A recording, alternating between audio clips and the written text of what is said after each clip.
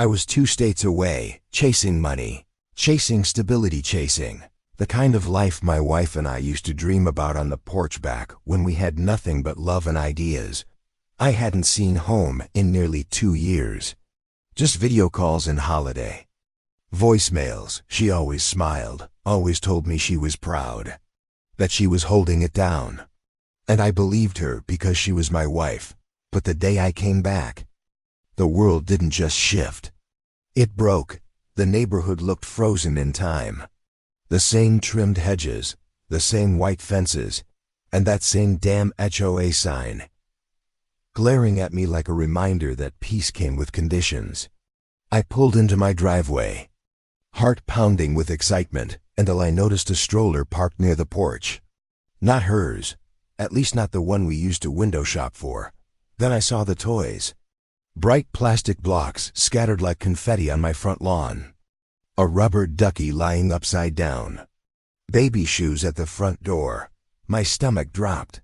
The air got heavy. I walked in, and my life split in half. There she was, Sarah, holding a toddler on her hip. And the moment the kid turned around, I knew. About 15 months old. Chubby cheeks, hair like hers. But the eyes, they weren't mine. They weren't even close. She froze. I froze. I could hear my heartbeat louder than her voice when she whispered, "You weren't supposed to be back yet." I couldn't even get angry, not then. My body just went numb. "What is this?" I managed. Not yelling, just broken. She started crying instantly. "Please, let me explain. I didn't mean for this to happen. I didn't think you'd be gone so long. I was lonely. He just kept showing up, helping out." "Who?" I asked, even though I already felt the answer in my bones. "Paul." My knees nearly gave out. Paul Mackenzie, the HOA president. That same smug man who fined me for parking slightly crooked one time. The man who handed out citations like candy, always with that tight little grin. The man who once told me, "We like to keep a clean, honest community here." That Paul. I left. No bag, no yelling. I didn't slam the door. Just walked until my legs gave out. The next few weeks?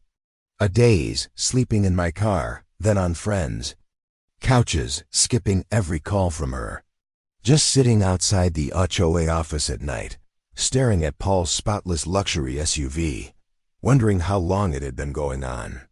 Wondering how many others there were, and then I stopped wondering. I started digging. I hired a lawyer. Not just a lawyer, a shark. Someone who didn't blink when I said I wanted to burn this whole thing to the ground, legally. And we found things I wasn't ready for. Paul had a pattern, a history. He didn't just seduce my wife. He preyed on women, vulnerable women, single mothers, recent divorcees, widows. He offered to waive fines, help with paperwork, or handle inspections if they'd be friendly. Some resisted, some didn't, some signed NDAs under pressure.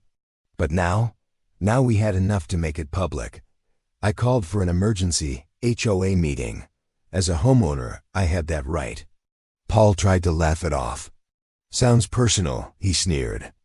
But then I played the recordings. Sarah had agreed to help. She wore a wire. She got him to admit everything, how he helps the ladies out, how he's more flexible when they're nice. It was all on tape. And we had witnesses too. One woman brought a folder full of printed texts from Paul, messages that went from official to creepy in less than a page. You could hear a pin drop. Paul looked like someone had pulled the soul out of him. Mouth open, hands trembling. He tried to deny it, then he tried to beg. But the board didn't blink. They voted him out unanimously. He was removed from the HOA that night. The police were called. Charges were filed. The HOA even sent letters to every household, issuing an apology and promising a full investigation. It wasn't enough, but it was something. And Sarah? We talked. A lot. Not about fixing things, we were too far gone for that. But about the truth. About the baby, about what came next. I told her I couldn't stay married.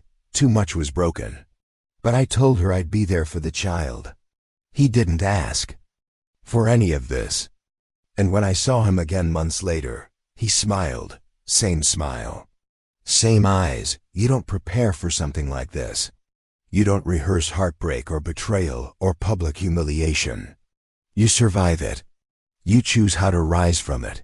I didn't throw fists. I threw facts. I didn't scream. I exposed. And I made sure the man who used rules to hide his abuse would never hide again. So, if you live in a neighborhood where the HOA president seems a little too friendly, listen closely. Because sometimes the real threat isn't the fine, it's the man writing it. And me, I lost my marriage.